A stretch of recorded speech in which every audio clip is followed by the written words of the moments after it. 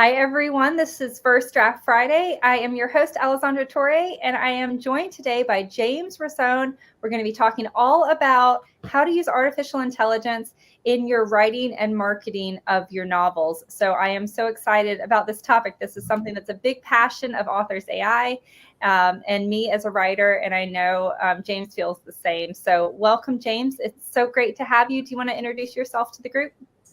Sure. My name is James Rosone. I've been a self-published author now for 7 years. I've been doing this full-time though for a little over 4. And I never started out as a writer. I had a few other careers in the military and government contracting, and then work in the private sector, and just fell into writing and just really started as a hobby and loved it. And it's just grown into an incredible career and passion ever since. And how many books have you written? I think at this point we have 26 published books, and then I've got another 3 more that are written that are in various stages of editing right now. Fantastic. And if you can't tell from his background and literally the background behind you, you write military thrillers, military sci-fi, espionage. So that's your real kind of a passion. They say write what you know and know what you write. And having worked in the military for 10 years and then worked in intelligence for another 7 years and doing all that different aspects of things, I just really liked it. And I figured, well, I'm not seeing the kind of books I want to read, so why don't I start writing the kind of books I want to read? And that's how we started it. And from there, it just took off because lo and behold, there was a lot of people who really wanted that kind of book. Absolutely. Great. And today we're going to specifically be talking about Marlowe. So for the audience who doesn't know, I mentioned Marlowe briefly, oftentimes at the end of our First Draft Friday, but Marlowe is an artificial intelligence who was created by Dr. Matthew Jockers, who's one of our co-founders at Authors AI. And Marlowe can do a lot of really cool things, but one of the things we're going to really be talking about today is her manuscript analysis and feedback. Yeah. So James has been involved in Marlowe from the very beginning, and I know you've seen her grow and as she's added on functionalities and different pieces of her report. But can you kind of introduce us? I think you have a Marlowe report you can show us. So you can give us sort of a quick tour of the report. And for those of you who know, you go to authors.ai, you upload your manuscript, and she's really fast. Within just a few minutes, you'll get it in your email, and you can also download it from the dashboard there in Authors AI. So that's the URL there. If you want to check her out, and she has a free report, you can try her for free. But what we're going to be showing you today is the Pro report, which is her Mac Daddy product. So I'll kind of briefly explain some different parts of the report and how I specifically use it. So as a writer, one of the challenges we have is how do you craft a compelling book that people want to read and continue to turn the pages constantly? And then once they finish the book, how do you get them to buy the next book? And a lot of that comes down to the craft and the craft, but there's also a science behind the craft. And when we look at the historical bestsellers or what are books that have gone viral and done well, there's almost always a consistent theme that caused it to happen like that. And one of the first things I look at when I run the report is the narrative beats. And so what we're looking at with the beats is how often are we seeing them? Basically, it kind of comes down to like an EKG, where you have your positive and negative. It's like a constant up and down or emotional roller coaster that you're trying to put the reader on. And when I was listening to David Baldacci talk about crafting your book, one of the things that he had mentioned, as well as Dan Brown, was crafting the first couple of paragraphs of a chapter have to just grab a reader and draw them in. But then as you get closer to the end of that chapter, you have to create some sort of sense that causes them to want to read the next chapter. It draws them into the next one. So it's not about creating a satisfactory end of the chapter where they go, oh, okay, I can pause now and just go do something else. No, you want them to go, oh my God, I got to find out what happens next. And that's how you create beats. That's how you create that EKG, so to speak, of up, down, up, down, where they're constantly having to find out what's happening next. So that's one of the main things. I want to jump in just real quick. And clarify for someone who's watching what James is showing you right now on his screen this is actually when you upload your manuscript, you will get this EKG of your novel. So every book will look different. These beats might be really close together. They might be close together and then spread out. So what you're seeing here is his actual beats from, what is this book? So this is Monroe Doctrine, Volume 5. This is the book we are currently finalizing in edits right now. So we're looking to release this book either in a few weeks, or we're trying to figure out if it's going to be end of the month or it's going to be the first part of next month. But we use this report before we send the book off to the editor to make sure that we have crafted the kind of pacing and beats we want. And if we don't see that, then we will go back into the manuscript and we will look at it and say, okay, where are we falling short? And that comes down to taking the chapters and saying, okay, is this chapter a dialogue scene or an action chapter? And if the chapter has 3 scenes in it, okay, of the 3 scenes, are they all dialogue or are they dialogue, action? And that's really important to figure out, because once you know those pieces, then you can start to engineer the beats. Because if your first 3 chapters of your book are just narrative, there's no action, there's no oomph, you're going to have a very low pace or beat in the front part of the book. And that's going to be hard to draw the reader in. So that's why you'll see sometimes a lot of heavy action in the very first chapter or the very first scene, because that grabs the reader. And then it gives you the time and the ability to then do more of that world building, because now you have them hooked. You don't always want to do that right at the front, because otherwise it's very hard to keep them entertained. So when you look at this chart here, are you happy with these results? Is this what you consider a good? I probably would want to see, personally, I'd want to see a little more pacing right here in the front.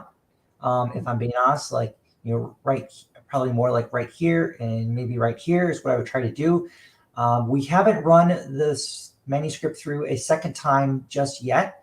We're still finalizing the first round of edits from the editor, and we had to make a structural change based on current events that had to be woven in or addressed in the manuscript. So once that's finalized and done, we'll run another report and look at a much better assessment of what the final product's actually going to be.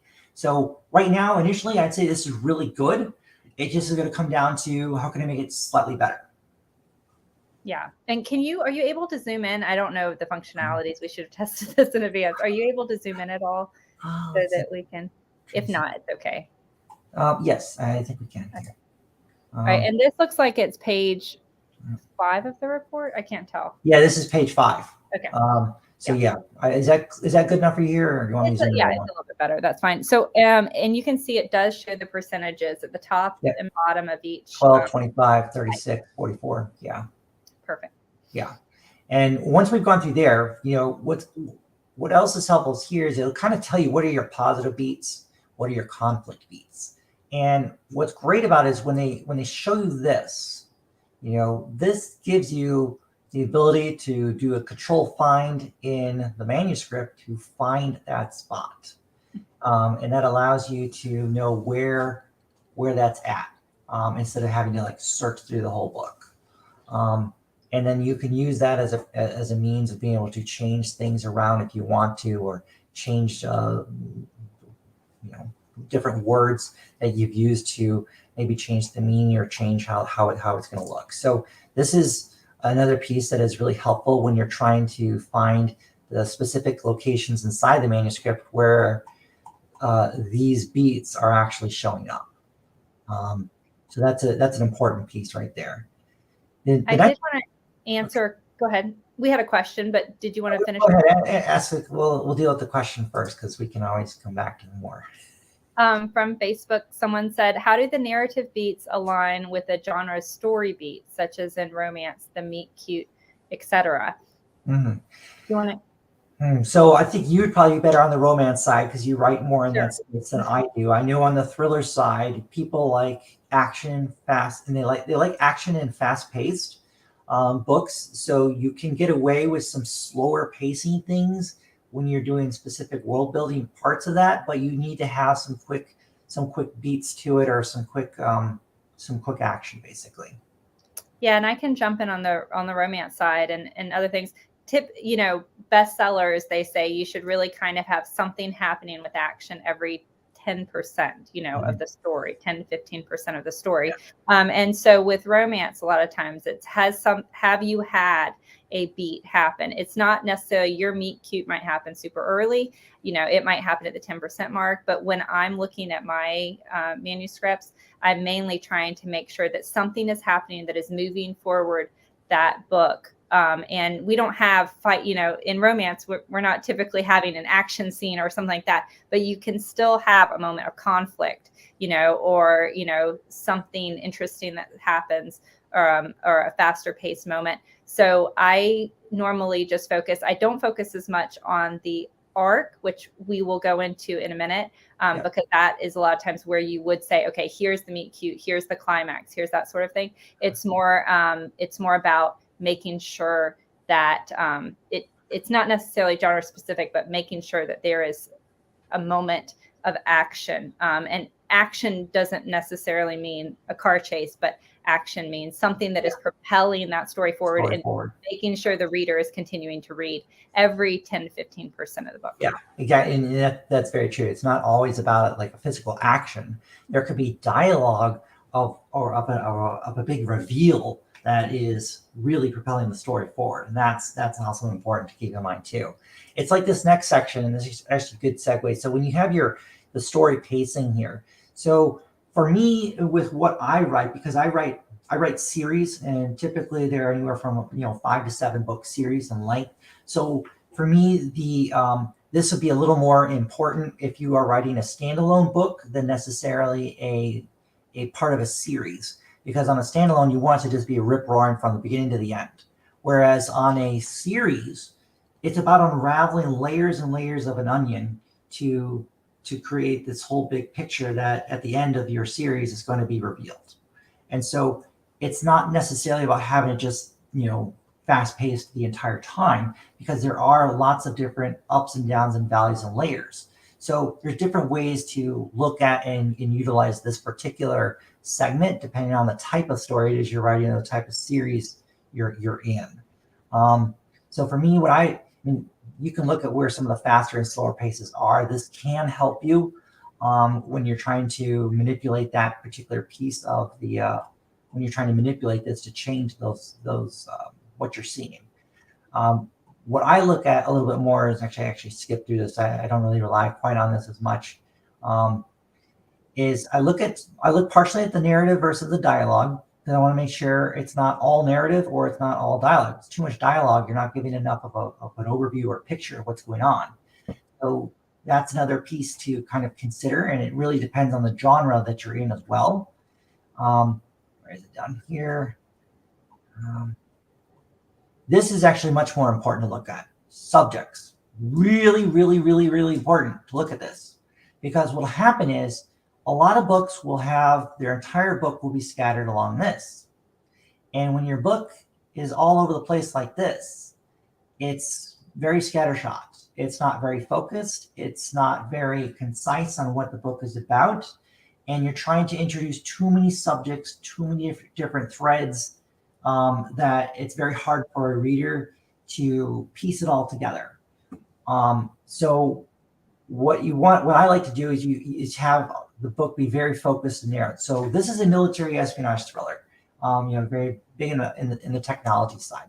So obviously there's a lot of focus on, I don't know why they listed planes and helicopters, but it's military action, guns of war, soldiers and army, and in technology. So these first 3 are really big. So the first 2, in fact, are almost 40% of the subject matter of the book, which is really, really tight. It's very focused, and you know exactly what it is you're reading and what you're getting. And so for me, this is a big one, especially when I'm working with other authors and I'm mentoring or helping along. When I see their books are really on here, going along this line here, instead of having any subject areas out here, that's when I tell them, you got to figure out what is your book about, because right now you're not given a clear picture of what the book and the story is about. You're kind of all over the map. And just to clarify for those of you watching, if you've never seen a report, what James is talking about is this content, or I'm sorry, what's the header? Subject. It's it's your subject matter, the major subjects in your novel, basically. Yeah, major subjects. So this is where she Marlowe is identifying, kind of like James said, what your book is about, and that's what this breakdown is. Yeah, and it's really critical because I'm sure we've all read books where you're a quarter of the way through the book, or you're even halfway through the book, and you're just like, what is this about? I mean, I don't know where I'm at. I'm lost. It's just totally scattered. Or you hit the end of the book and you're like, well, that was kind of a disappointing ending. There's no resolution. There's no continuation. It just, you're like, what was this about? What did I just read? And that happens when your subjects in the book are just too scattered. There's not enough of a focus on your theme or your plot that you're trying to portray. And this can also come into play when we talk about having like a fuzzy setting or a fuzzy environment. If you write legal thrillers, but really you just wrote a thriller and you're calling it a legal thriller and you're kind of sticking maybe a couple references in, but it's not really firmly entrenched in, the legal environment and, in the legal setting, you might not be you might disappoint true readers of legal thrillers that are looking for that whole experience, not just a thriller that happens to have a court case somewhere, that's fuzzy in nature. Yeah. And that'll start to hurt you or impact you when it comes to both sales and then reviews and then buy through into the rest of your series, because the fact is you're just not delivering on what you're telling the reader you're going to deliver on. And they don't particularly like that, especially when we're in an environment where they have an enormous amount of content to choose from and they don't have to pick you. And so it's really incumbent on you as the author to give them a compelling reason why they have to pick you and why they need to stick with you. And that's where controlling your beats, your subject matter, and making sure that you really are knowing what you're doing in the book is important. And to stay on time with our stuff here, one of the pieces I want to go down to, there's a lot of aspects of this report that are really, really helpful, but some of the pieces I want to focus on more is one of the aspects of the report that most people don't think about or don't realize they can use. And this is the subject matter book comps. So this is saying that this is basically looking at your book. Marlowe's looking at your book, Monroe Doctrine here. And it is saying, what are the other books based on its corpus that is very similar to? And so one of the things we're seeing is that this book is very similar to, honestly, a lot of the Clancy type books. But it's also giving you, good information that you can use for your marketing and target. Because at the end of the day, as authors, we're trying to identify who's going to be most likely to read our book.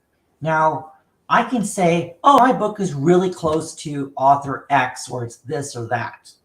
But the fact is, that's my opinion. And my opinion is going to be biased.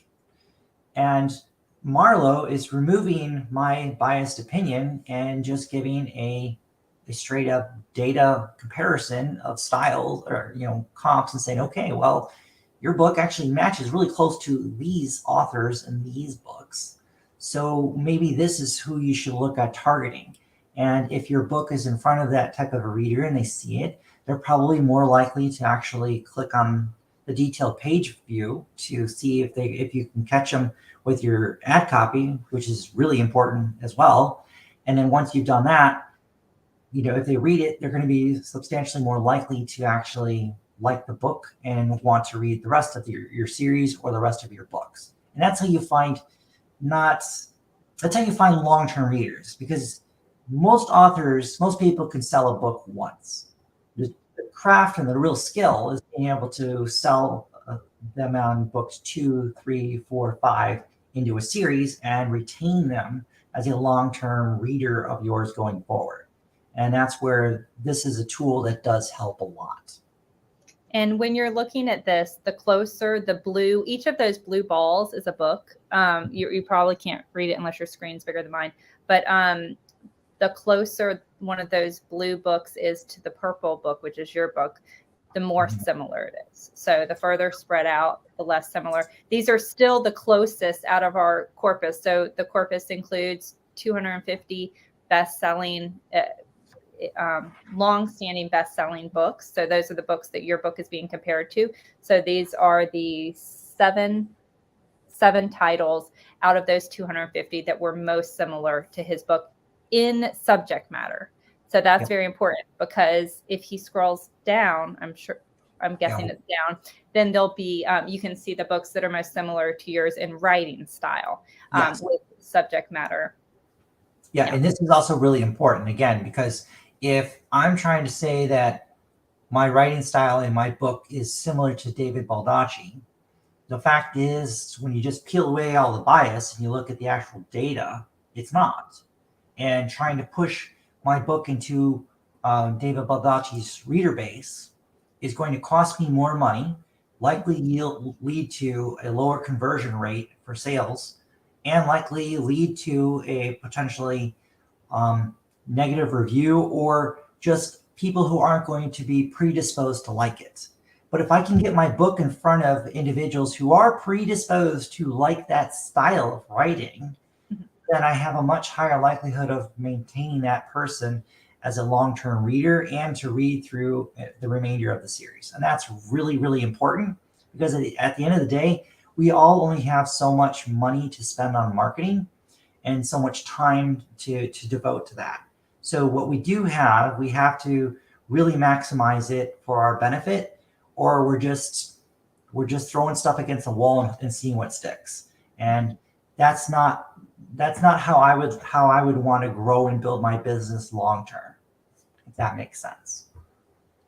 It makes perfect sense. And this is also just really interesting for me as an author, because it's like, oh, even though I might not write in the genre of Dean Koontz, maybe I tell a story in a very similar way as him. So that it won't help you as much in the marketing, because you don't want to go after Dean Koontz, readers if I write, I don't know, steamy romance or something. Sure. But it is very just interesting to me as an author of whose writing style I am similar to, and that these charts and these comparisons are made up of so many different variables. As a reader, when you read a book, you don't know why you like it. But what's cool about Marlowe is she can figure that out, and she can figure out the different ways in which, whether it's pacing, word choice, story beats, there are so many different factors that go into these comparisons. Yeah, and what I like is, because I do cross genres. I'm in the military espionage world, and I'm also into the military sci-fi world.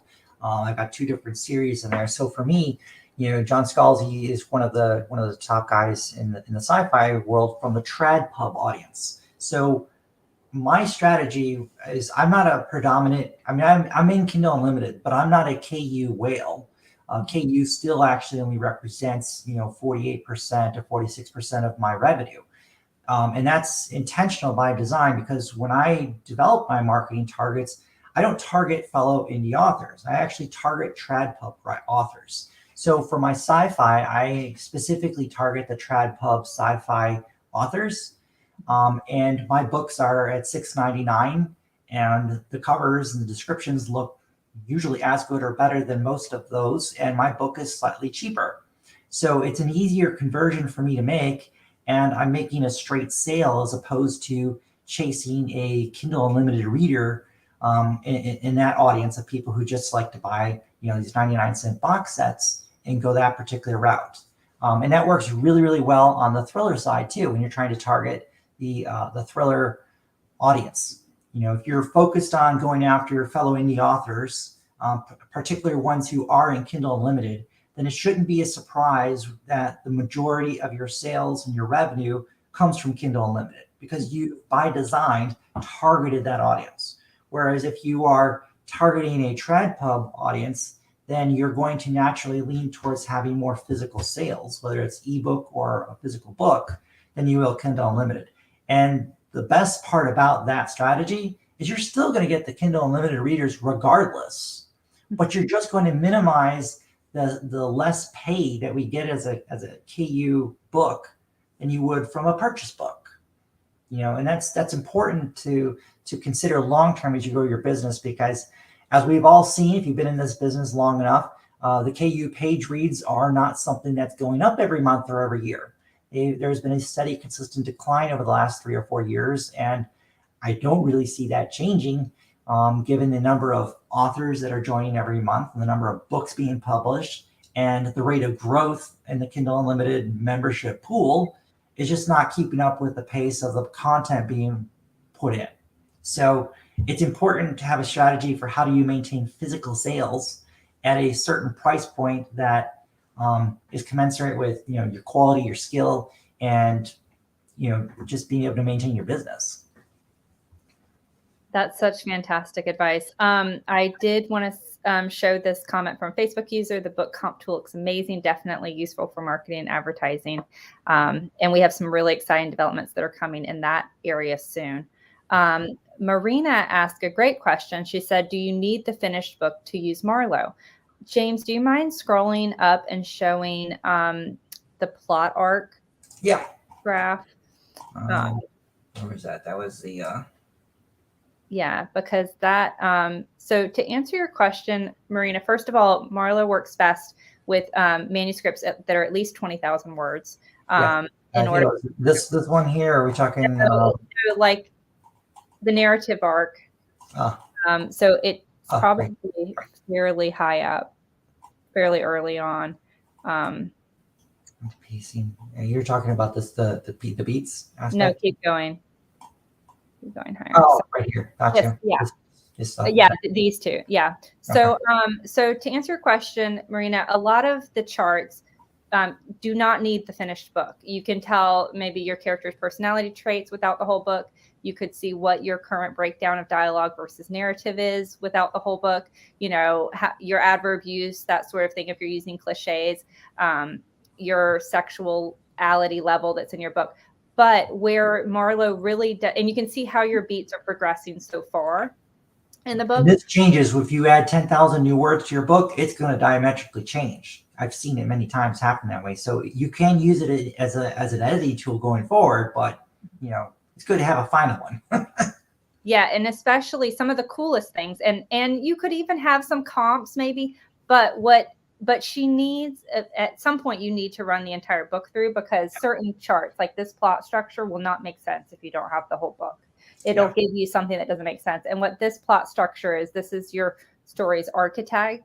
So they say that there are like 7 main archetypes. This James's book is most similar to A Rags to Riches, and there's language that describes this. We have a whole article that goes into the different archetypes, but you can see here the purple line is his book, and the typical plot line of A Rags to Riches is the green line. So you can see kind of how closely those he follows along that. If you submit a half completed book, your plot arc is going to be useless because it's not going to make any sense.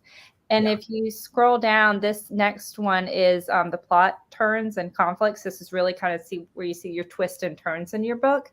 And what's cool here is it will compare it to one of our bestsellers. So it will match whatever your book is closest to. So Monroe Doctrine was closest to the book American Wife. And you can kind of see Monroe Doctrine has a much higher, kind of spike in conflict rate where that purple spike is. But that's also just very interesting, because it might turn out that your book is very similar kind of in flow and feel to another book, even if it's a different subject matter. Yeah, and this is where you have it going up and down. So when you're constantly, you want to try, like I would, if I was trying to engineer this better, I would look to try to engineer this to dip down further, this to dip a little higher, this to go a little lower, this to go a little higher, if I really wanted to go into the specifics of the book itself. And one of the ways you can do that is when you find where those spots are. Some of it literally comes down to looking at what are the word choices you're using in the sentence itself. Is it passive? Is it active? And you can change some of those pieces to essentially manipulate the data into giving you a different view or a different way it's going to turn out, different readability. And that's how you ultimately use AI as a tool to craft a better book long term. And the more you can craft better books, the better it's going to do for your business long term. Everything else is much easier.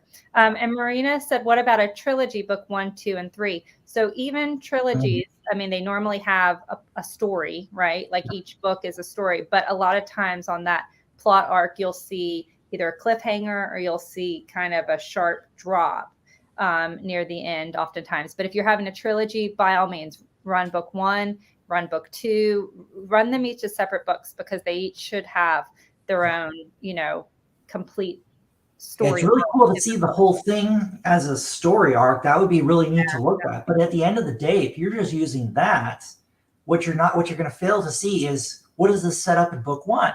Because what if there are structural problems or errors in book 1 and you don't know that, and then you just run with it?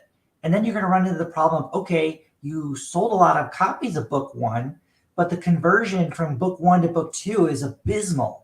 And that tells you instantly what something's going on. It's the same thing like when you look at book reviews on Amazon, okay? So when you see a book that has, say, 4,200 reviews, but book 2 only has 1,800 reviews, and then book 3 has 600 reviews, and the rest of them have 600 reviews. So visually, right off the bat, without even reading the book, just from that one little piece of metadata right there, I can tell you right off the bat, book 1 has a serious structural problem towards the end that doesn't give the reader a compelling enough reason to buy the subsequent book, because they succeed in selling the first one, but they failed to convert and sell them the second one. And that's a result of something that went wrong in the last chapter or 2 chapters of the book. And then you had the exact same problem in book 2, where they managed to get into book 2, but again, you replicated the same problem from the first book, and you didn't grab them in the first part of book 2, and you certainly didn't give them a compelling reason with book 3 to give you, or at the end of book 2, to give them a reason to buy book 3. And so even without running a report, just visually, you can see that.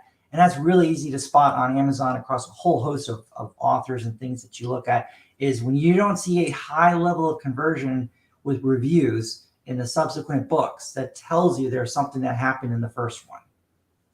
And we need to upload an entire trilogy so we can see the full story arc and how it changes.